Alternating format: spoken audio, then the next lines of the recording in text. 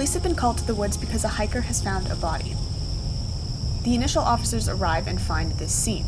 It sure looks like a robbery and murder, so the detectives are called in. And that is where you come in. When you arrive, this is what you can see.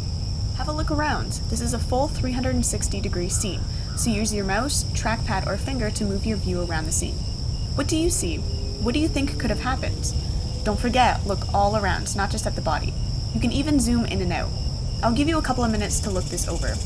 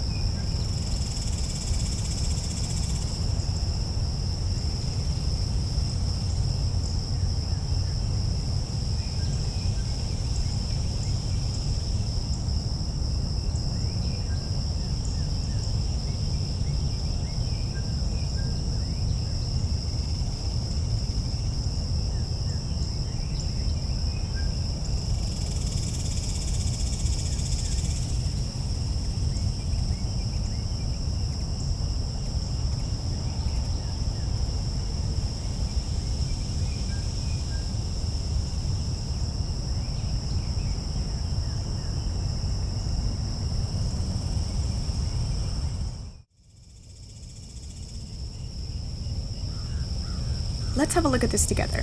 What did you notice? It looks like your victim has received a blow to the head. There's blood on his head and it's running down his arm. Did you note that he's missing a shoe?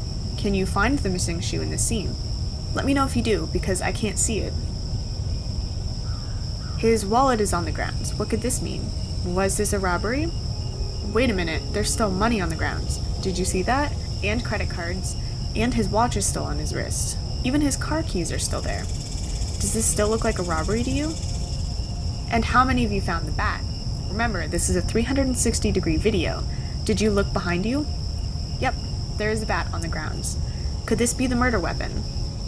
At this point, you would have lots of work to do. Securing the scene, taking photographs, videos, and measurements, collecting evidence, and making enquiries. So let's move forward. You did check out the wallet and you found that the victim worked nearby. Maybe we should visit his office.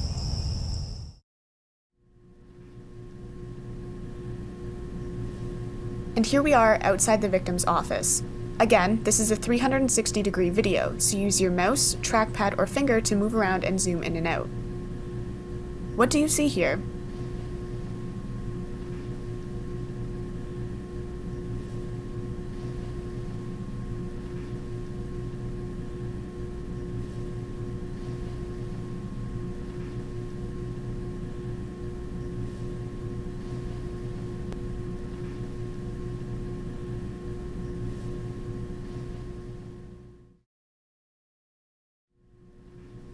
What did you see in the office?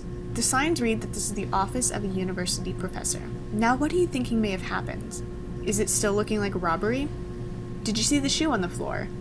Could this be the missing shoe from the woods? How about the blood on the sharp metal two edges of the office glass wall? What about the blood splatter on the filing cabinet? Could this be the actual murder scene? Only a full forensic examination, DNA, blood splatter analysis, witnesses, etc., will be able to prove this, but this is looking more complicated than a hiker getting robbed in the woods. Maybe we should look inside the office.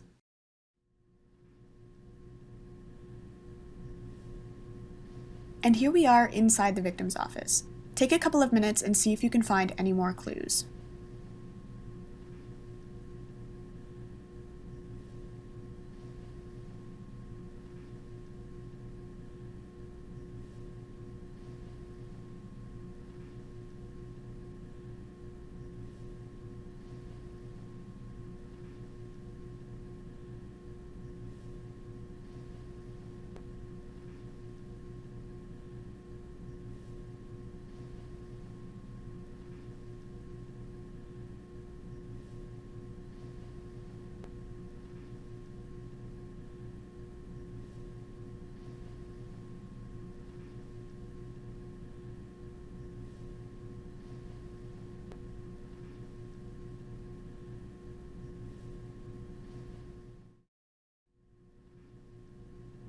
On the surface, this office isn't very exciting looking. It's just a typical office. But to me, this scene looks very interesting. Did you notice that there are 2 chairs facing each other at the desk? How about the coffee cup and the water glass? What does this look like to you? Could it be that 2 people were in the office sitting at the desk, one having coffee and the other water? And why are there glasses on the table? Did the wearer not need them? Or were they forgotten? And what about the cane? If someone uses a cane, would they likely forget it? Why didn't they take it with them? How many of you turned around in the scene and looked behind you? Did you see the note on the whiteboard that says student meeting 3 p.m.? That is a very interesting clue that may give us a hint as to who the professor had seen today. While we may be able to use the clues that we've seen here today to form our own opinions about the case, it is important that investigators utilize all the tools that are available to them and allow the evidence to build the story for them, rather than interpreting the evidence in a way that corroborates the story that they have decided to write.